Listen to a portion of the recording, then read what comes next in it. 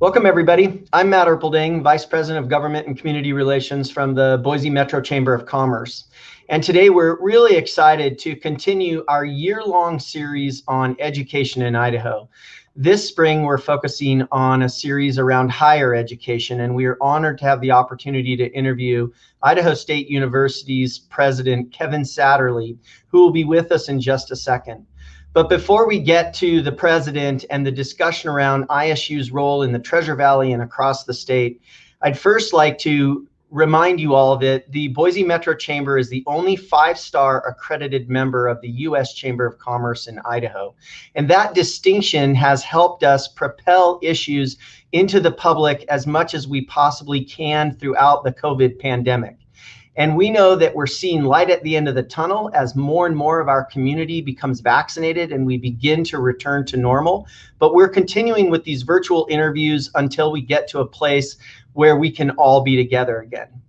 This series would not be possible without the sponsorship and support of Idaho Statesman, our media partner, and Idaho EdNews, our media partner, and our featured sponsor, Sparklight. Sparklight has been working across the state to ensure that our students have access to high quality broadband. And in addition to that, they provide so many other services. So before we get to our interview with President Satterlee, here's a quick message from Sparklight.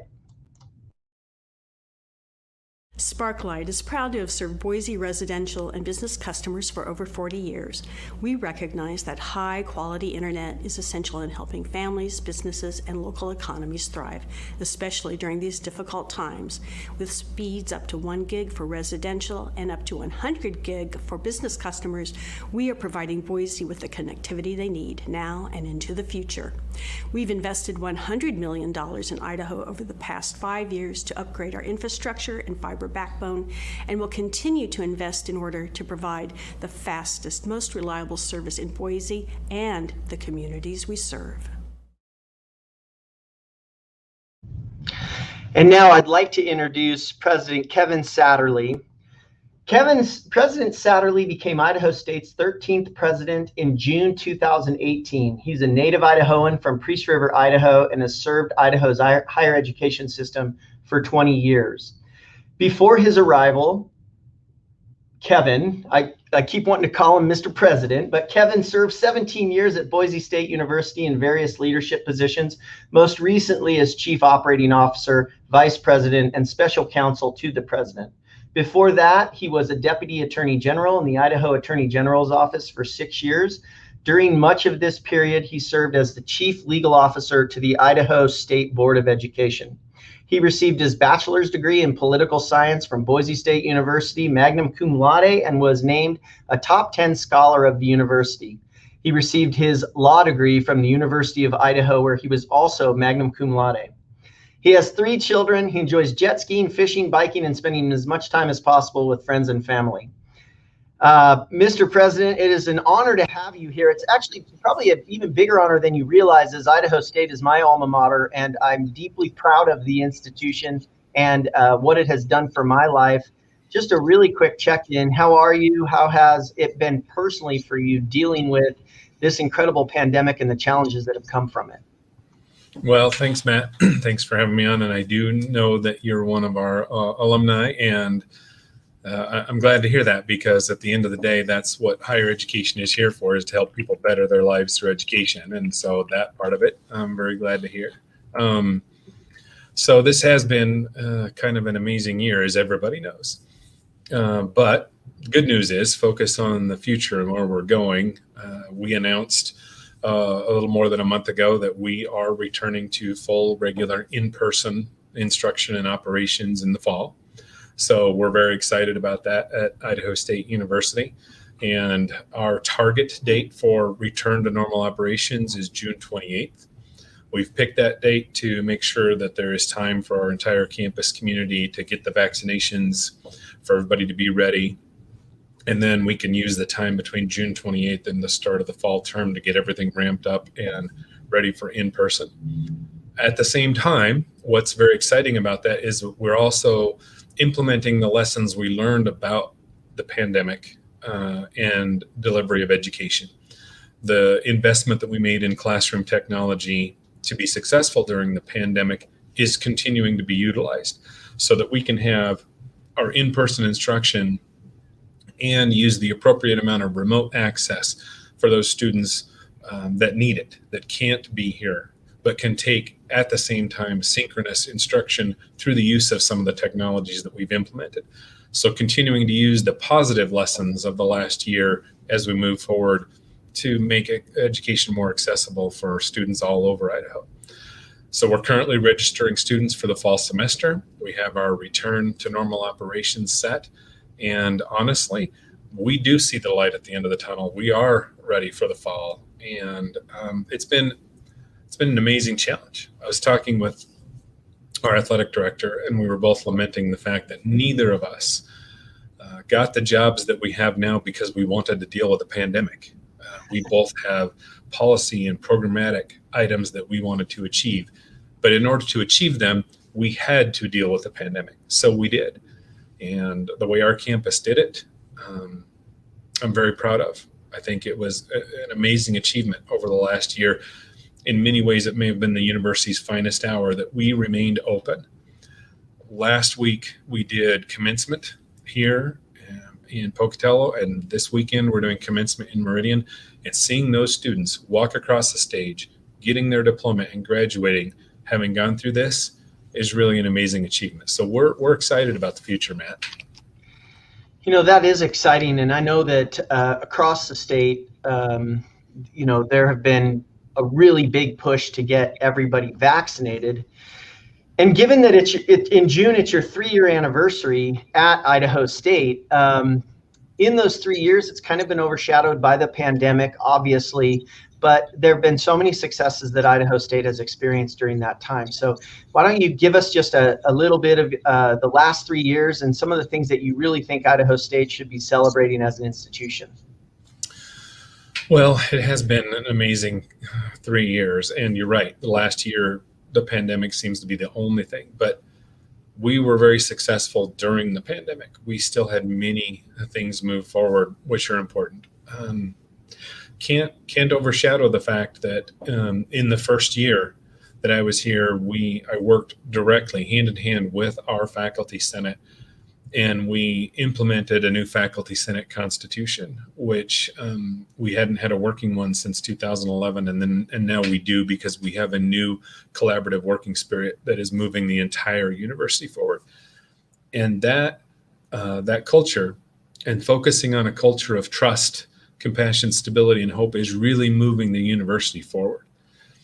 Some of our major initiatives that are moving forward right now and continued during the pandemic include what we're calling our Top Employers Project Charter.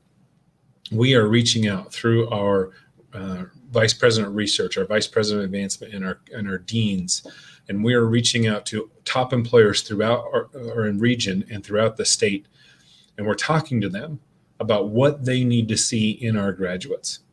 And then we're taking that information of what our employers need to see and bringing it back, and then working on the curricula that we have in all of our programs to make sure we're producing graduates that are the most employable upon graduation, that they have the skills, that they have the knowledge and skill set that makes them more employable for their first job, for their next job, and for their entire career. And that type of focus to make sure we're making the connection between what education they are receiving at Idaho State and their employability for their lifetime is critical as we move forward. At the same time, we're focusing a lot on our recruitment and retention activities. As we all know, Idaho State's student population and enrollment had declined over the years, and we're working on those, both from recruiting new students and retaining the ones we have.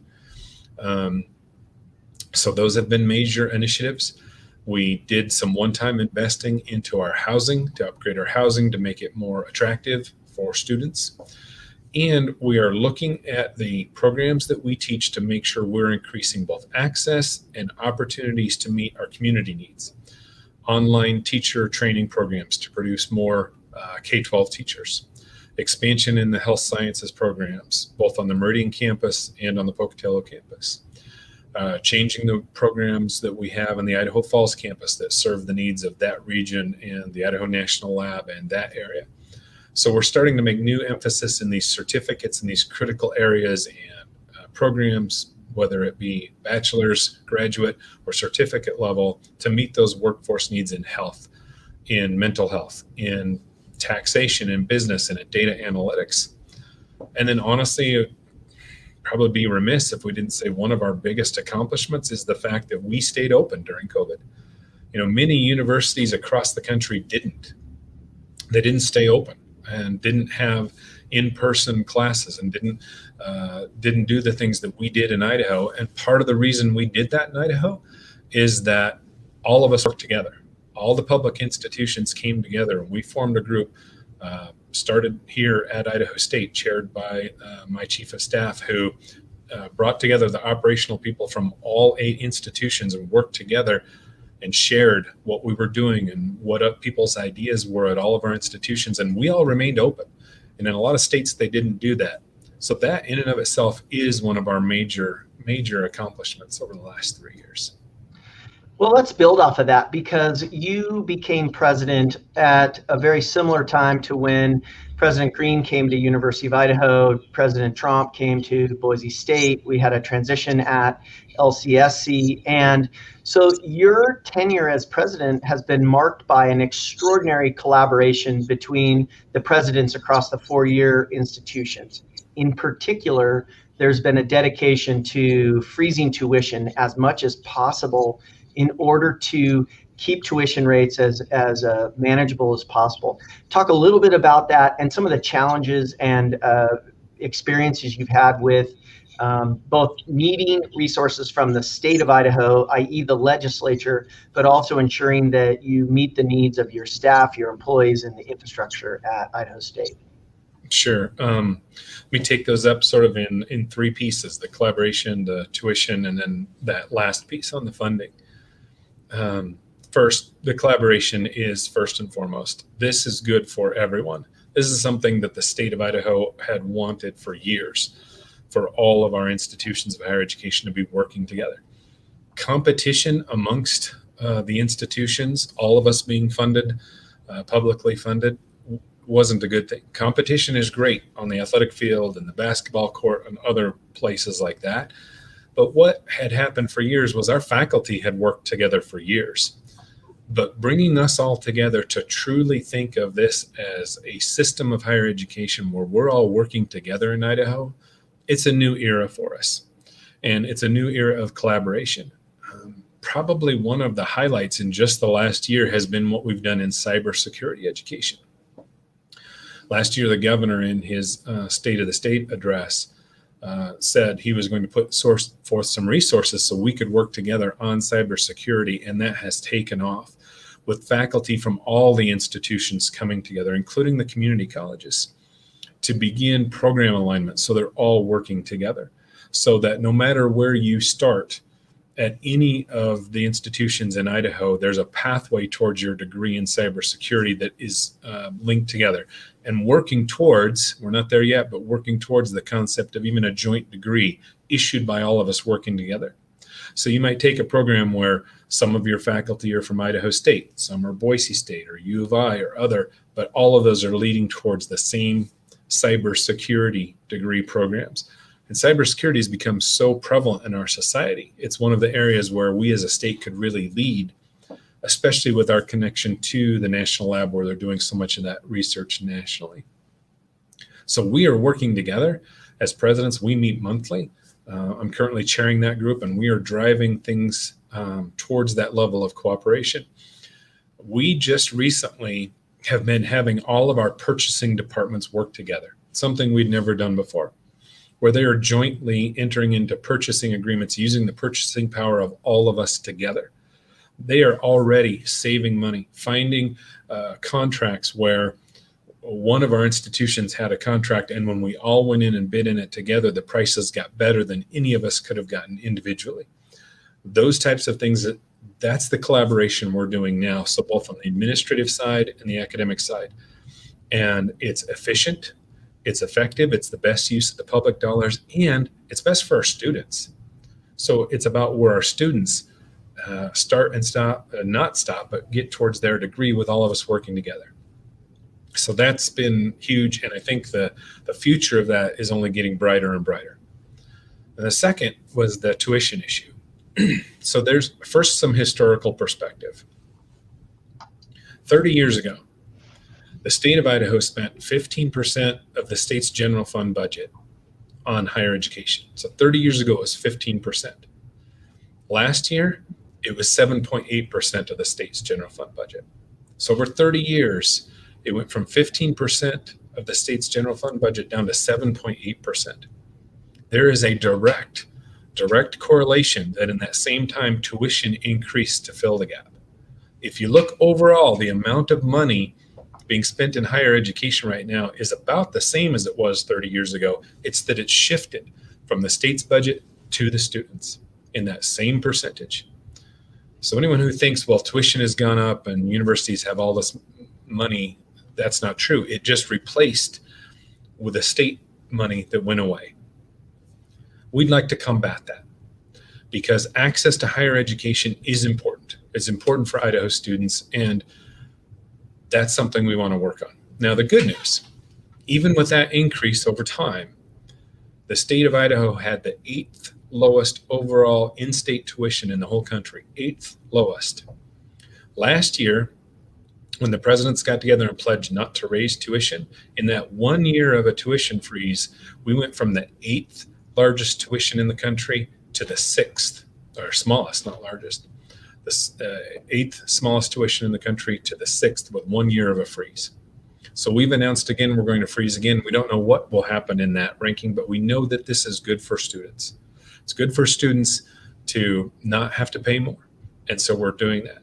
Now, at the same time, that does cause a problem on our campuses in terms of resources, because still more than half of our budget does come from the state. And so when we want to meet the needs of students and offer the new programming, and when employers are telling us we need this type of degree or this type of programming, that takes resources. And so we need to partner with the state to continue that state investment in order to have the programming that all of our business and industry needs. And we hear it constantly from business and industry, what programs they need, and how we start those programs and fund them and get them going forward requires the state. If it doesn't have the state, it will be a problem without tuition. But those are the types of things that we're working on, and we're doing them together, which again, that's huge for the state. It is huge for the state. And one of ISU's niches here, particularly in the Treasure Valley, has been the Health Sciences Center that's located in Meridian. And going back to working through this pandemic and the challenges that came from the pandemic, one innovative thing that ISU has done was you partnered with Albertsons to provide a mobile vaccination clinic in the parking lot at the Meridian campus. Talk a little bit about that mobile vaccination clinic. How did it work? How many vaccines were you able to provide? And what was the overall feeling and outcome from that project? Oh, yeah, we're really proud of that one. First of all, for us to partner with one of our state's largest corporations and largest employers, Albertsons, and to have that be a direct tie between Idaho State University and what Albertsons does, that's good. That's the type of public-private partnership that Idaho State University can be the hallmark for, especially when it comes to the health sciences. So we're very excited about that. This is also an opportunity for our health science students across the state to be part of the solution. You know, our society was suffering from a problem, and Idaho State University's health science students stepped up to be part of the solution in Meridian and in Pocatello, in Idaho Falls, and across the state through our Bengal pharmacies that are serving some of our small rural communities where we can do this for those areas. They're working on that partnership right now with the Johnson & Johnson vaccine once it's back in circulation to be able to do that. So we're doing that partnership to get our students as part of the solution. Specifically in Meridian, in our partnership with Albertsons, we have vaccinated several thousand people over the last few weeks, which is good for the entire community, good for those students and the experience, helping out with, you know, Albertsons, their clientele and their customers. And over here in Pocatello, We did the same thing with our Pocatello students, with our Idaho State University students, and Southeast Idaho Public Health locating their vaccination clinic on our campus. And again, several thousand people who have been vaccinated by our ISU students as part of this program. So that has been truly taking what we are doing as a public entity and benefiting our entire community with those resources. So we're actually quite proud of that one. That's exciting. There is a question here in the comments, and I'll try to clarify it for Jackie. By holding a tuition freeze last year, Idaho went from the 8th most inexpensive place to participate in higher education to the 6th most least expensive places to go to school. Right. By freezing tuition this year, there's an opportunity for us to, as a state, become even lower in terms of expenses to students. That's because across the country, we're seeing colleges of higher education having to raise tuition, in large part because of a systemic approach to funding, which is what the president was talking about. Do you have any clarifications, or did I kind of hit where that needed to go? That's exactly right, Matt. That's exactly what we expect will happen. We don't know. We don't know exactly what other institutions across the country will do, but if the trend follows, the cost will probably go up in several of those other states. So that's how freezing it here while other states are raising it makes us even more affordable. There's one other question that's come up as we've kind of talked about the vaccines, and I think the answer to this is no, because we're in Idaho. But the question is, are you requiring your students to get a vaccine to be able to come on campus like other states are? Yeah, that's correct, Matt. We are not doing a vaccine requirement at Idaho State University, and we are encouraging it. I did a public service advertisement. We are encouraging students to do that. We are offering vaccine at every one of our new student orientations, and for our transfer students, we have it here on campus for any student that wants it, but we are not requiring it. Let's transition a little bit into some other ways that the state has been moving to help cut costs for students and to make higher education a manageable experience. And that is matriculation agreements or memorandums of understanding with some of the new community college. Mm-hmm. Idaho State just announced that it has signed an MOU with Eastern Idaho Community College in Idaho Falls. Talk a little bit about that, and also, if you could, for our Treasure Valley listeners, talk a little bit about the relationship between CWI and the Idaho State campus. Okay, sure. So start with what's going on with the College of Eastern Idaho, and at the same time, we're working with the College of Southern Idaho on the same thing. So 2 of our 4 community colleges, we have this. We've created agreements with both College of Eastern Idaho and College of Southern Idaho that promotes the successful undergraduate education experiences for those students who also want to attend Idaho State or to transfer to Idaho State. So these aren't just transfer agreements, but they're co-admission agreements. Means when a student is admitted as a student at College of Eastern Idaho or College of Southern Idaho, they're also automatically admitted as a student at no extra cost to Idaho State University. So those students at those 2 community colleges could immediately or at any time also start taking classes from Idaho State University. In addition, because they're admitted, then they have the full catalog rights of a student, meaning they could start in programs and know what they would have to expect to graduate. You know, in Idaho Falls in particular, because we also have a campus in Idaho Falls. We have a campus that we share with the University of Idaho in Idaho Falls, which is the location of College of Eastern Idaho. So we all, University of Idaho, Idaho State, and College of Eastern Idaho, all exist in that same community. We have set a goal, and the presidents, all 3 of us, Scott Green and Rick Amon and myself, have set an expectation to our academic programs in Idaho Falls to say, what if we eliminate the words transfer and articulation of programs from our vocabulary? What if instead we are just providing pathways for every student towards their degree or their educational goal, wherever they start? Whether that student walks in the door first to Idaho State, University of Idaho, or the College of Eastern Idaho, we can outline a path towards their degree without worrying about, well, when do they transfer from one school to the other, or what credits transfer. That we are all just in that community providing that level of education. So those types of cooperative partnerships are designed to break down the barriers, to promote this smooth transition so that a student can just get their successful path towards their educational degree. That's what these types of MOUs do that ones in the past didn't quite do. So we're working on those now. Now, how that applies to CWI is we haven't gotten there yet. We're working on the one with College of Eastern Idaho and Southern Idaho have both just been implemented, but I expect that CWI, especially in its relationship with our Meridian operation, will be next.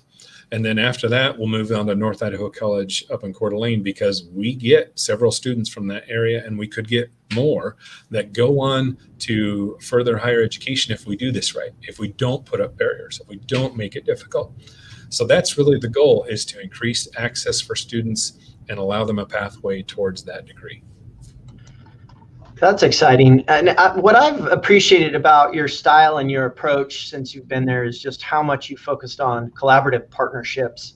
And another one that was recently announced is Idaho State University has had a partnership with Johns Hopkins University. And that partnership is really designed to focus on campaigns to access underserved communities with COVID-19 vaccinations, continuing this push to try to reach herd immunity and really improve the life of our communities. Talk a little bit about how that's played out and exactly what is ISU's role in that partnership. Oh yeah, that's a very exciting one. It is very exciting for me to say Idaho State University is partnering with Johns Hopkins to serve underserved communities with COVID-19 vaccination. I mean, we are a university with a health science focus, so are they, and working with Johns Hopkins is a real plus. This program, it's called the Communivax program. It's being funded through grants both from the Johns Hopkins Center for Health Security, through the Chan Zuckerberg Initiative, and support from the Rockefeller Foundation that's moving this forward. So our Idaho State University team, we are focusing on health inequities for the COVID-19 rollout in rural Hispanic communities. Specifically, we're looking right now into Bingham and Powell counties, but we're looking throughout all of Southeast Idaho. So this research is to understand what people's concerns are about the COVID-19 vaccine, to see how some of those are either language barrier based, cultural based, or otherwise, so that we can figure out how to overcome those. So we have 20 students from 17 different programs who are working on this partnership as part of this grant. About half of those students are bilingual. We have faculty from our anthropology program, faculty from our public health program, and from our Spanish program, all 3 faculty members working with these 20 students to implement this program. The results aren't done yet, so they'll be published, expect to be published in June, but so far they've reported that they're hitting on three themes that are coming through with this program. One is that the solid evidence-based information on the vaccine has not been getting out. And when the right public health information, when the accurate information does come out and is communicated, the a number of people who say yes and will get a vaccine increases pretty dramatically. That some of the fears about the virus, about the vaccine, about losing their job or lost time from work create different pressures in vaccinations. So getting the right information out is important. And they've also found that there's a lot of fears about what happens in communities in terms of the pressure to get a vaccination, and if they don't, what happens to their jobs. So these types of things are what the study is working on. And then from a health policy perspective and how vaccine rollout goes in the future, we expect this to be really helpful information. So our contribution to that overall effort, then the Communivax and what Johns Hopkins is doing, is I think going to be important for rural communities. In my experience, both in the legislature and having been here now since the early 90s through Pocatello, is there are parts of the state that lack access to high quality and highly accurate information. And so that research project is just critical to getting our state back on its feet. And that is saying, as a caveat, that considering other states, we're doing quite well. Mm-hmm. I want to ask you a tougher question, and that tougher question is just about enrollment. You mentioned it in your opening statement, but between 2015 and 19, Idaho State enrollment either stayed flat or even in some cases decreased, particularly for new students. And the Pocatello campus is such a gem that it pains me to hear that my alma mater might not be getting tons of students. So talk a little bit about what you're doing to improve that trend and really grow the university and grow its visibility across the state. Yeah, that pains me too, because ultimately that's why we're here. Our mission is to serve the needs of Idaho students and to help them get an education so that they can better their lives through education. And as an Idaho kid, fourth generation, who I'm a first generation college student, I understand how an education can better your life and the doors that it opens. That's what I want to provide for all of Idaho students, again, at Idaho State University, but to any of our public institutions. Wherever that Idaho student should go on that's best for them, we need them to go on. And for those that Idaho State University is the best for them, we want them here and we want to take care of them. So this is a major focus for us. It's very important to me. It's very personal to me. So if I can just take a minute, Matt, because this is so important, let me talk about a few things that we have done. First thing we've done is we are working very much on our recruiting program, how we get our information out to students, how we reach out to them and let them know we're here, what programs we have, and how we get them in here, including financial aid, scholarships to get those students here. And so we're revamping how we do that. Secondly, we are placing a whole new emphasis on proactive advising, focusing on those students in the first and second year, those early years. We have completely revamped our academic advising program. We shifted our new student orientation program to get students connected to the campus, to be successful and feel that connection as part of the campus that all the studies show increases retention rates. And we are just about to implement this fall the new Navigate program from the Educational Advisory Board, EAB. Now, this is sort of insider baseball in talking about this, but this system interconnects faculty, academic advisors, and the students directly into a single computerized system to connect those students with the resources they need, rather than waiting for the student to reach out and say, hey, wait, I'm struggling, I need help. This early alert, early identification system is designed to catch that before it happens. This is the system used by Georgia State University. And if you do a Google search for Georgia State University and what they've done, they are the national poster child for how they have retained more students, changed their retention numbers, and they use this software, developed it with EAB, the Educational Advisory Board, to make it happen. And we have adopted that program, and we're implementing it starting this fall at Idaho State University. So in addition to those academic items, we're trying to change some of the on-campus culture, working to engage students more in meaningful activities, in undergraduate research that connects them with faculty, in internships that connects them with real-life practical experience with business and industry. Because research shows that students who engage in any of those types of activities are more likely to retain and graduate as they feel that connection. So these experiences help students with networking, making connections, seeing a post-graduation possibility and future in the workforce. All of those things we have been working on in just the last couple of years and are just starting to roll out. So changing that level of recruitment and retention takes time, but I want everybody to know, I want to ensure everyone that I saw that when I got here, and we've been working to make those changes, which will take time, but we see them moving in the right direction. I believe these new efforts are going to continue to improve both recruitment and retention going forward. At the same time, one real bright spot, Matt, that we need to talk about. Our graduate school enrollment is up significantly. More students in our master's and our doctoral programs than we have had in years, as that program has been very successful. And in our medical programs, in our health science programs, enrollments are up.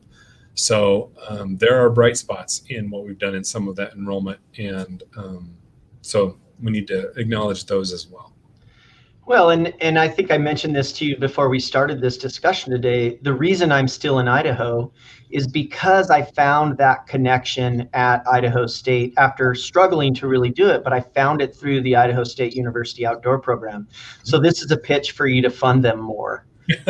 No, but the truth is I'm still in Idaho because I did find that niche community on a campus after having moved to a place where I didn't know anybody, and I found people that I connected with, and it changed my life and redirected my life. And so I have a deep connection to Idaho State. Not so much the academics were great, but the community that I found there was super powerful. The community building is so much a part of the college experience, which is why we've changed orientation. We're changing our on-campus activities and the experiences students have, because that connection does make a difference.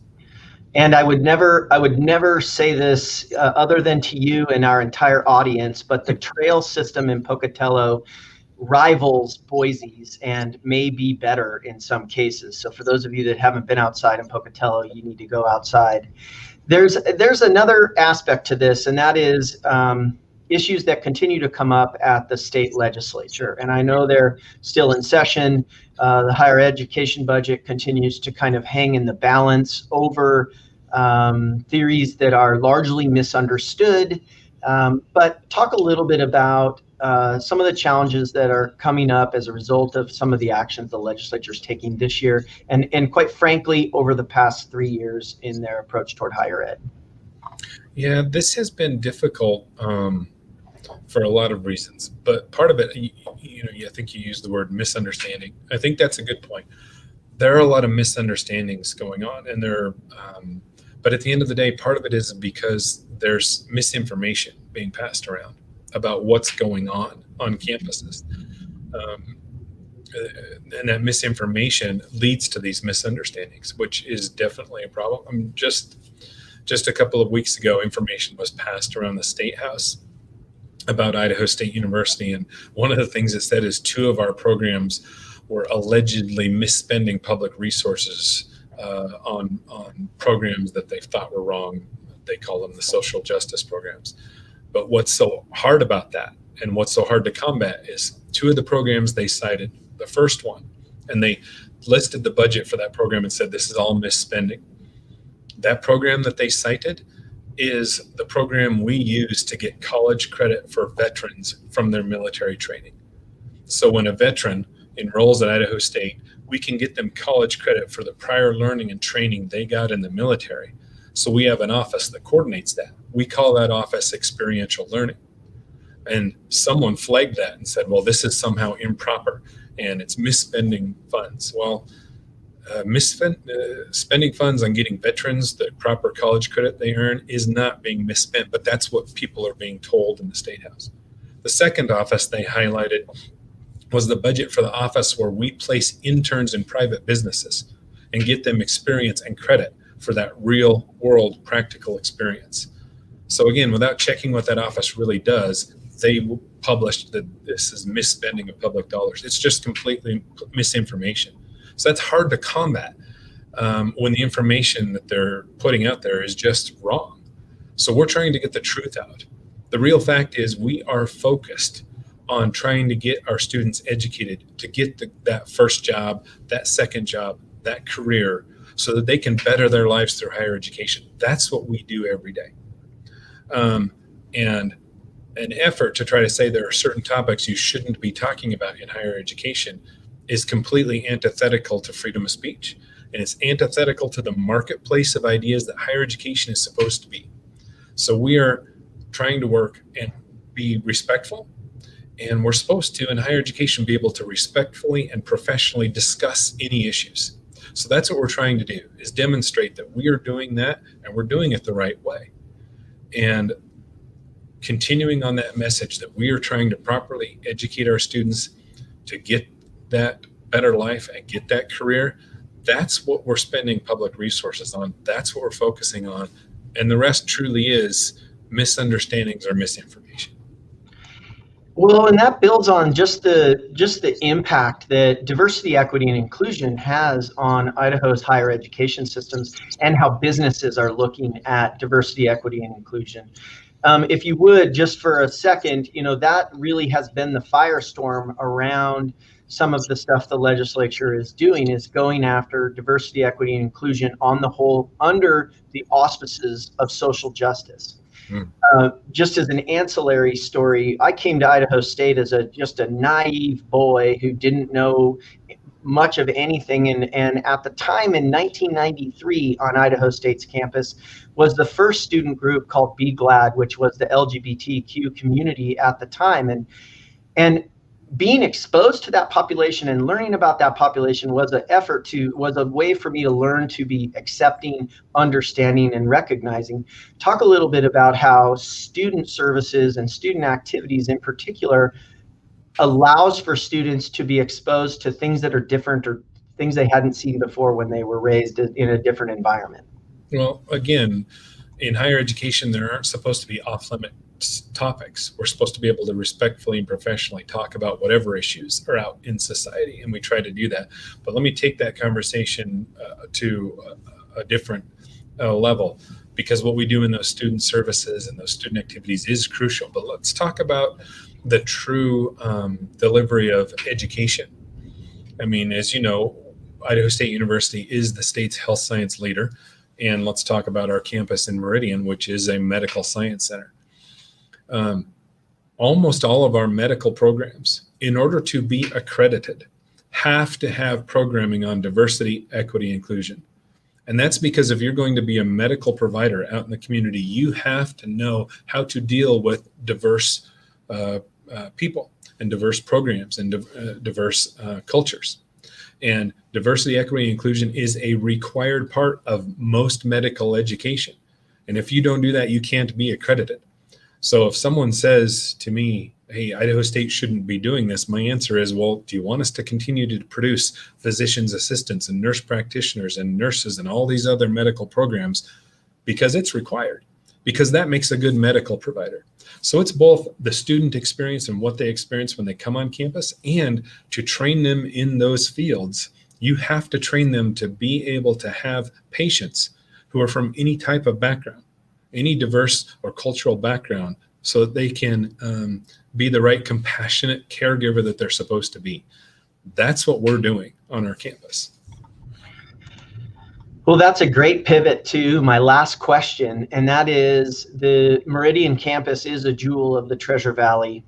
We love having it here in the Valley because of its access to training people in the medical field. How is it going? And talk a little bit about the long-range partnership with ICOM and how that partnership is working out. Yeah, the Meridian campus, Meridian Health Science Center, is very successful, and it is producing the type of healthcare providers that our entire state needs. So we have essentially completed the build out of that space. So it's almost 200,000 square feet now of educational space and clinical space, and we continue to grow our program offerings in Meridian as well as in Pocatello, but talking about the Meridian campus.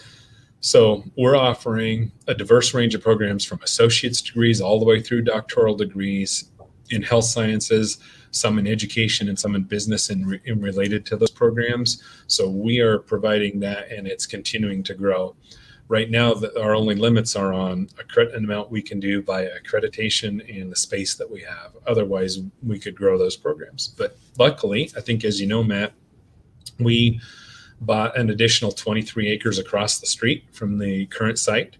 That will essentially triple our square footage in terms of acreage over there.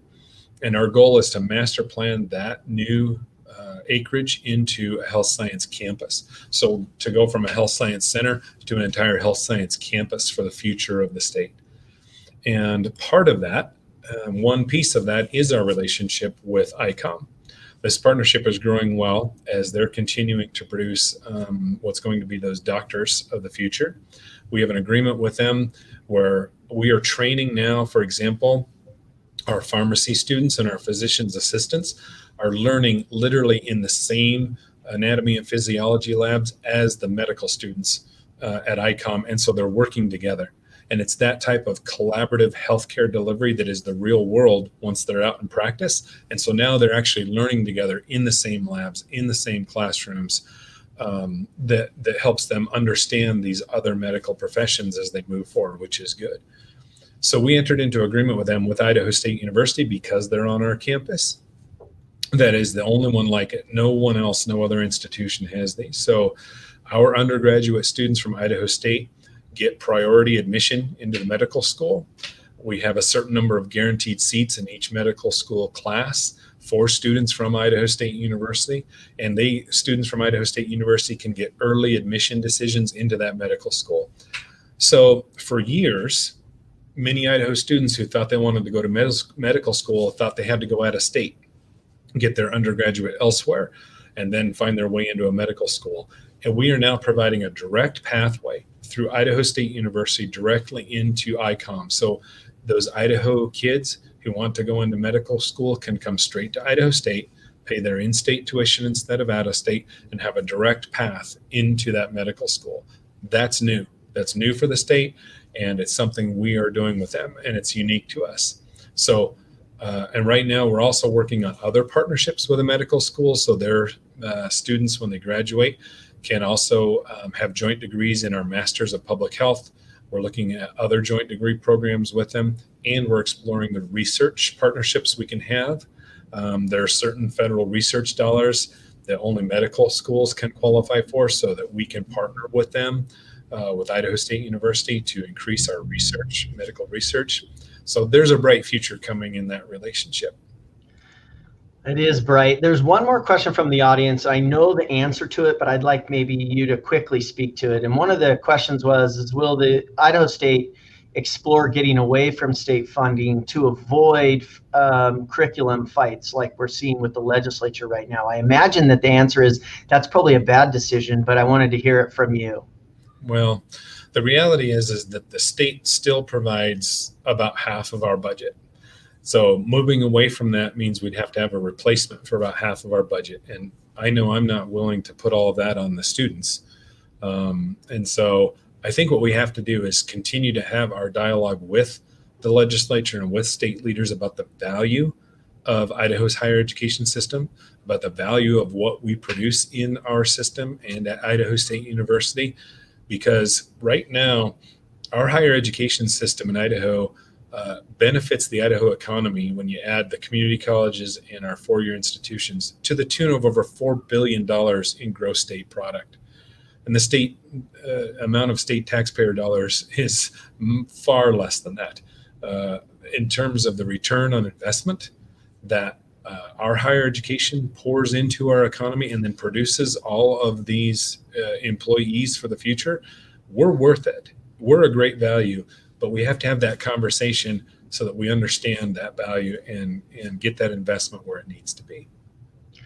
Well, President Satterlee, I know you're incredibly busy over there in Pocatello. It's been an honor talking to you today. I just am so impressed with the collaborative approach that Idaho State has taken over the last 3 years. I look forward to seeing those growing numbers as Pocatello takes off again as an incredible place to live and learn. The Boise Chamber could not do these interviews without the support of our media partners, Idaho Statesman and Idaho EdNews, and we certainly could not do it without the support and investment of our members. In particular, Sparklight has been committed to all of our educational programming across the spectrum the entire last year. And we're so grateful to have Sparklight as a strong member. And President Satterlee, I appreciate you. It has been an honor interviewing the president of my alma mater. That's actually like a bucket list item that I would mark off there. So thank you so much for making time. And I hope to connect with you again soon. All right. Thanks. I appreciate it. Thank you.